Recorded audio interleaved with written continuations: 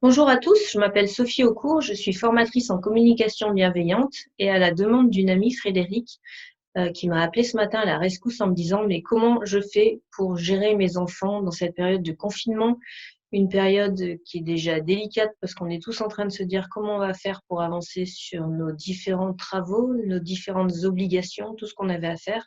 Et en plus, c'est un moment où on doit s'occuper de nos enfants et faire ce que la plupart d'entre nous n'aiment pas faire, c'est-à-dire les mettre au travail.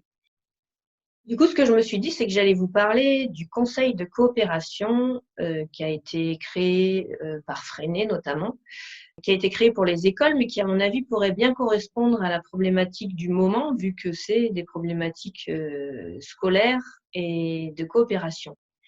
Un conseil de coopération, comme son nom l'indique, c'est comment je vais faire pour faire coopérer les enfants. Et déjà, la première chose qu'il faut savoir, c'est que ce soit les enfants ou les adultes, on n'aime pas faire les choses quand on nous les demande la plupart du temps. Et du coup, comment je fais pour faire en sorte que mes enfants aient envie de faire leur travail, le travail qui leur est demandé par l'école. Donc, la première chose que j'ai envie de vous dire, c'est eh ben, il faut leur demander comment ils veulent travailler. Il n'y a pas d'autre solution, il faut que ça passe par eux. Parce que quand on a mis en place des règles nous-mêmes, il y a beaucoup plus de chances qu'on les suive. Donc déjà, la première des choses, quand je veux créer un conseil de coopération, pardon, c'est de mettre en place un tableau de coopération où dessus vous allez mettre 3 colonnes. Donc dans la première colonne, vous allez écrire je remercie ou je félicite. Dans la deuxième colonne, j'ai un problème avec. Et dans la troisième colonne, je veux parler d'eux. L'idée avec ce tableau, c'est déjà dans un premier temps de remercier et de féliciter nos enfants, notre compagnon, nous-mêmes, pourquoi pas, pour ce qu'on a mis en place dans la vie quotidienne. Et c'est des choses qu'on fait rarement, de féliciter ou de remercier. Dans la deuxième colonne, quelque chose qu'on fait un peu plus souvent, c'est parler des problèmes qu'on a avec quelqu'un ou oui, pour parler des problèmes qu'on a avec quelqu'un. Et la dernière colonne, c'est je veux parler d'un sujet en particulier qui me touche à cœur. Donc déjà, dans un premier temps, vous allez demander à chacun et vous allez le faire évidemment en priorité parce que là, l'exercice que je vais vous demander, bah, c'est d'être un exemple par rapport à ce que vous allez mettre en place. Donc, dans un premier temps, vous allez écrire votre prénom et la date du jour sur une petite étiquette que vous allez pouvoir coller sur ce panneau. Et vous allez écrire ce que vous vivez au quotidien. Donc là, moi, j'en ai préparé 4. Donc, 2 pour les remerciements, une pour j'ai un problème avec et une pour je veux parler d'eux. Pour les remerciements, j'ai mis je remercie Mina, ma fille qui a 7 ans, d'avoir mis la table. Le deuxième post-it que j'ai créé, c'est je félicite Jolan, mon fils qui a 12 ans, de prendre en main ses cours et devoirs avec autant de sérieux. Au niveau des remerciements et des félicitations, ce que je voudrais vraiment vous faire comprendre, c'est que c'est pas l'idée de dire tu es un bon garçon, tu es été gentil, tu as été poli, je te remercie d'avoir été poli, je te félicite d'avoir été gentil avec ta sœur. Et encore ça, pourquoi pas. Et c'est surtout l'idée de nommer ce qu'ils ont fait. Voilà, je te remercie pour une action, je te félicite pour une action et de vraiment pas étiqueter vos enfants dans quelque chose, de pas les enfermer dans une politesse, une gentillesse ou autre. Ensuite, dans la deuxième colonne, j'ai un problème avec. Là, c'est j'ai un problème avec la fin des repas quand vous partez sans débarrasser. Voilà, ça c'est un problème que moi j'ai. Les enfants viennent, ils mangent, et quand ils ont fini de manger, ils s'en vont jouer. Et ça, c'est un problème qui est difficile à régler à chaud au moment du repas quand ils partent. Alors, je vais crier, je vais m'énerver, mais du coup, c'est pas vraiment le moment d'en parler. C'est bien mieux de créer un espace, un conseil de coopération où on va pouvoir échanger sur tout ça. La troisième colonne, je veux parler d'eux, c'est je veux parler de l'organisation des temps pour visionner les dessins animés ou jouer sur les écrans. Ça, j'imagine que c'est un problème que vous n'avez pas du tout à la maison, notamment en ces temps de confinement où les enfants des villes n'ont pas vraiment le droit de sortir. Donc c'est comment je fais pour les occuper, comment je fais pour travailler. Quelquefois, on les met sur des écrans ou sur des dessins animés. Ça permet de souffler, ça permet à tout le monde de souffler. Et OK, c'est OK, pourquoi pas, mais quelle organisation du temps autour de ça? Comment on fait pour organiser notre journée? En fait, ça, c'est un panneau qui va être présent quelque part dans la maison et du coup, qui va vous permettre de réfléchir à comment je félicite, comment je remercie. Quand j'ai un problème, de le nommer, mais vraiment en étant le plus précis possible sur les faits. Qu'est-ce qui se passe exactement? Pas des choses que vous imaginez ou que vous jugez, mais vraiment, qu'est-ce qui se passe? Quand je dis: «J'ai un problème avec la fin des repas», quand vous partez s'en débarrasser, c'est quelque chose de très clair, de très factuel. Voilà, de pas dire, des problématiques autour, encore une fois, d'un étiquetage d'un enfant. Quand tu es impoli ou ce genre de choses, je vous invite vraiment à ne pas écrire ce genre de choses. Ça abîme l'estime de soi de l'enfant et ça va pas vous aider, c'est pas porteur. Par contre, décrivez ce qu'il fait, décrivez ce qu'il fait qui vous pose un problème. Et je veux parler de l'organisation du temps ou de quoi que ce soit. Ça permet vraiment de réfléchir en famille et de dire, moi, dans cette situation-là, il y a des choses qui me conviennent pas et pour vous, comment ça se passe? Voilà, une fois que vous avez fait ce panneau, vous l'installez, vous expliquez à vos enfants, vous leur montrez cette vidéo pour leur montrer comment ça va se passer.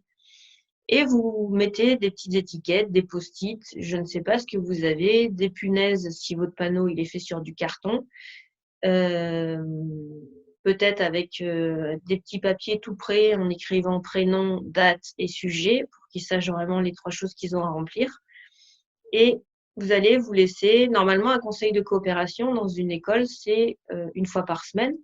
Mais peut-être que là, on peut dire tous les 2-3 jours dans un premier temps et puis petit à petit éloigner les conseils de coopération. Donc un conseil de coopération, ça commence de la manière suivante. Donc déjà dans un premier temps, bien, il y a l'ouverture, c'est-à-dire que vous allez dire: «Le conseil commence», par exemple, enfin une phrase rituelle pour dire qu'il y a une ouverture qui est en train de se mettre en place et qu'on va prendre un temps tous ensemble. Ne prévoyez pas un temps trop long, ça dépend de l'âge des enfants, mais je dirais qu'une demi-heure, c'est grand maximum. Dans les classes, c'est 45 minutes parce qu'il y a beaucoup de choses, il y a beaucoup d'enfants. En fonction de l'âge des enfants, j'aimerais même dire que 15 minutes, ça devrait pouvoir suffire. Il faut pas que ça devienne quelque chose d'ennuyeux pour les enfants. Il faut que ça devienne un moment de famille où on est en train de créer quelque chose ensemble. Le deuxième point, c'est le retour sur le conseil précédent. Donc pour ce premier conseil, vous allez pas en avoir besoin, mais pour les conseils suivants, vous allez voir que c'est bien de voir si les règles qu'on a décidées ensemble, eh bien, fonctionnent et si elles ne fonctionnent pas, ça veut dire que ça va peut-être faire partie de l'ordre du jour de remettre en place les différentes règles du conseil. Ensuite, on va récupérer, avant de commencer le conseil, les différents papiers qui sont dans les différentes colonnes et une personne, va lire les remerciements, les félicitations et j'ai même rajouté le mot gratitude parce que ça peut être aussi, de la gratitude par rapport à la vie, par rapport, à ce qu'on a vécu aujourd'hui. Enfin voilà, ça peut être plus large que des remerciements, des félicitations pour quelqu'un. Ça peut être aussi, et je vous encourage vraiment à le faire, envers soi-même. Ensuite, on va régler la colonne problème. Donc, régler la colonne problème, ça veut dire, OK, j'ai un problème avec, tel enfant, avec, le débarrassage de la table, par exemple. Comment on va faire? En fait, là, c'est vraiment l'idée, de pouvoir écouter chacun, de pouvoir, s'exprimer et de dire: moi, j'ai un problème avec telle chose et qu'est-ce que vous proposez? Qu'est-ce qu'on met en place?» Et là, on va chercher ensemble des solutions concrètes pour mettre en place les différentes choses.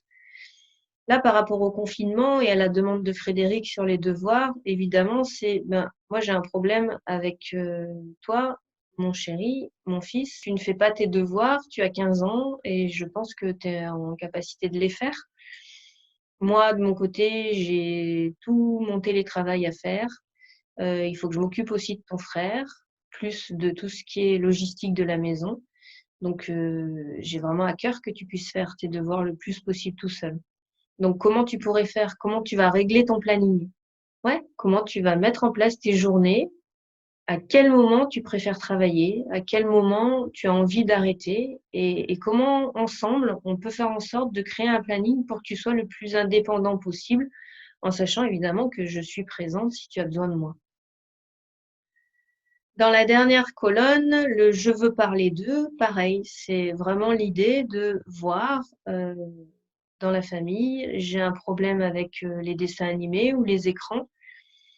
Et les enfants, ils sont pas dupes, ils voient bien quand ils travaillent pas, ils voient bien quand ils ont passé 3 heures sur un écran, ils voient très, très bien ce qui se passe.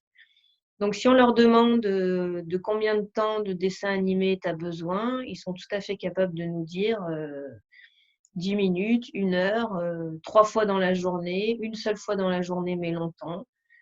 Et puis après, ça empêche pas, dans un second conseil, sur le moment du retour du conseil, de se dire: «Bah non, tu vois, là, ça fonctionne pas. Tu es trop énervé quand tu regardes un dessin animé. Du coup, est-ce qu'on peut pas dire plutôt que tu le regardes, le matin et qu'après tu en regardes plus de la journée?»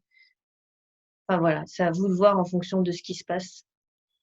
C'est des allers-retours. Un conseil de coopération, c'est comment je fais en sorte de mettre en place des règles qui vont faire que toute la famille fonctionne en harmonie.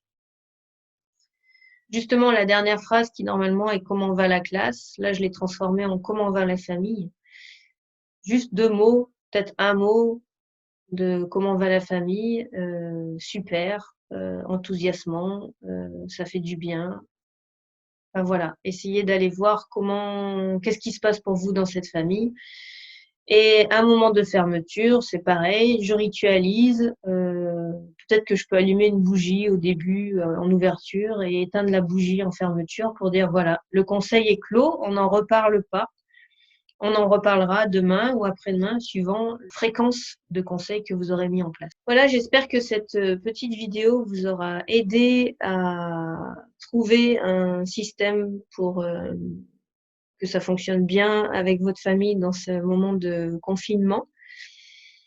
Ce que j'ai envie de vous dire, en quelques mots, une présentation de moi, c'est que je suis donc formatrice en communication bienveillante. Il me semble que je l'ai dit en début de vidéo. Je suis également, accordeuse familiale et systémique et praticienne en constellation familiale et systémique. Je peux faire des rendez-vous Skype si vous avez besoin d'un accompagnement plus précis. Je peux également vous inviter, j'ai mis en ligne à prix conscient un module sur les bases de la communication bienveillante. Parce que ce conseil de coopération, si vous le mettez en place, avec une attitude autoritaire de «je veux que mes enfants fassent ce que je veux qu'ils fassent», le conseil de coopération va plus les frustrer qu'autre chose. Si vous avez envie vraiment d'harmonie dans votre famille et de changer les choses par rapport à votre façon de faire, par rapport à votre façon d'écouter vos enfants et de vous écouter vous-même, dans ce cas-là, allez peut-être voir cet outil sur les bases de la communication bienveillante, parce que ce qui est primordial, avec cet outil de conseil de coopération, c'est d'être en capacité d'écouter ce que les enfants ont à vous dire. Si par exemple, au moment où vous allez mettre en place le conseil de coopération, vous leur dites: «Bah, j'ai un problème avec toi Jolane parce que tu fais pas tes devoirs et que tu vas être en retard, dans ton planning», et que votre enfant vous dit: «Mais j'ai pas envie de faire mes devoirs». Si là, vous n'êtes pas en capacité d'écouter ça et de lui dire: «Ah ouais, OK. En fait, toi, tu as juste pas envie de les faire». Ça paraît énorme, hein? C'est pas facile à faire, mais c'est l'idée. C'est l'idée d'être en capacité d'accueillir et de reformuler ce que l'autre est en train de dire pour pouvoir ensuite passer à autre chose et voir comment on peut trouver des solutions en fonction des obligations de chacun. En résumé, ce qu'il va falloir que vous fassiez, vous allez prendre un panneau assez grand en carton, vous allez écrire dessus vos 3 colonnes.